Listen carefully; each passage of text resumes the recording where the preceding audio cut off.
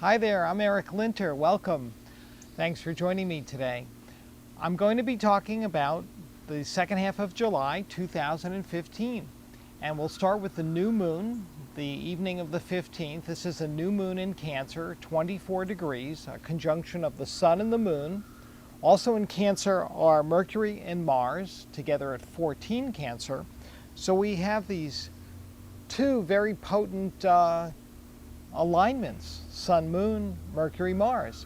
And all four of these planets are in an opposition to Pluto and a square to Uranus. So interesting dynamics are in play as the second half of the month begins. As many of you know, a new moon is a cosmic green light to begin new projects. Ideally, if we work with the energies of the universe, we start major initiatives between a new and a full moon. In this case, we've got to work especially hard to maintain our support systems with various allies and co-conspirators and helpers and anyone else we think can be of assistance in reaching our goals. With the oppositions to Pluto, compromise is almost certainly going to be an important theme over the next couple of weeks. And we'll see a little bit later in the astrological wisdom for the month that because of some upcoming retrogrades, we may need to find some different approaches and being receptive to what other people have to say, honoring different points of view, is again going to be helpful. So typically with a new moon, we're off to the races. We want to get things going. But again, this time around, be sure to kind of, see which way the wind is blowing, who's in agreement with you, who may need a little more convincing, and who is best avoided in terms of accomplishing your own ambitions. Mercury will actually be in an exact conjunction with Mars just after midnight on the 16th. And impatience has to be guarded against with these two planets hanging out together. Watch your temper, watch your tone of voice. On the 18th, Saturday, Venus enters Virgo, and she's slowing down now in preparation for an upcoming retrograde. Mercury squares Uranus, and again, bad timing, faulty logic, saying things that are inappropriate. We want to guard against all of these potential miscues. Fortunately, the moon will overtake Venus that Saturday night. So we're looking at a really lovely night for socializing, and if you're fortunate to have a loved one, for romancing. As the week begins, the sun is moving into a fabulous trine aspect to Saturn. And Saturn, you may recall, is currently in Scorpio. This is a take care of business, get it done, make good decisions omen.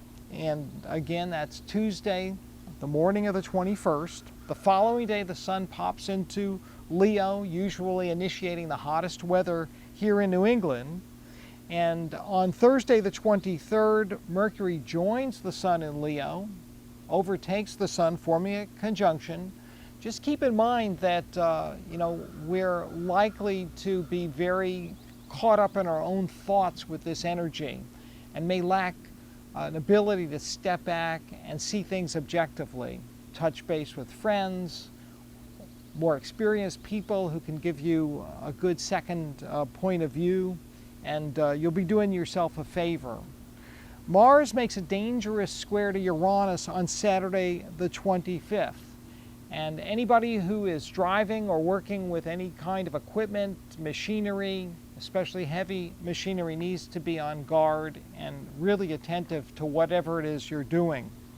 Venus retrogrades that day as well.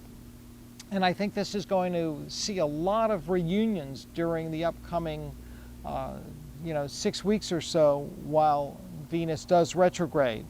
Uranus, the planet of friendship, turns retrograde Sunday morning. And this can set off a new round of political or financial instability globally. It can also create a need to change plans. So again, be flexible, make sure everybody's in agreement or on the same page. And we're going to see things rapidly accelerate. At least they'll feel like they're rapidly accelerating this week as the moon is now waxing full. And so it is that on the final day of the month, Friday, the 31st of July, in the morning at 6:43 a.m. Eastern Time, we have a full moon in Aquarius. Venus also will retrograde into Leo this day.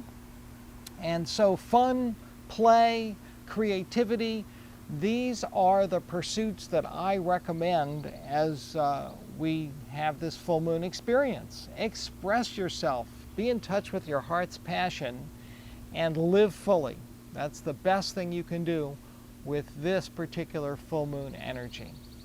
So I want to thank you for being with me today, and remind you that if you're interested in getting a reading, you can contact me via email at stars@ericlinter.com. Call me at 508-541-4115.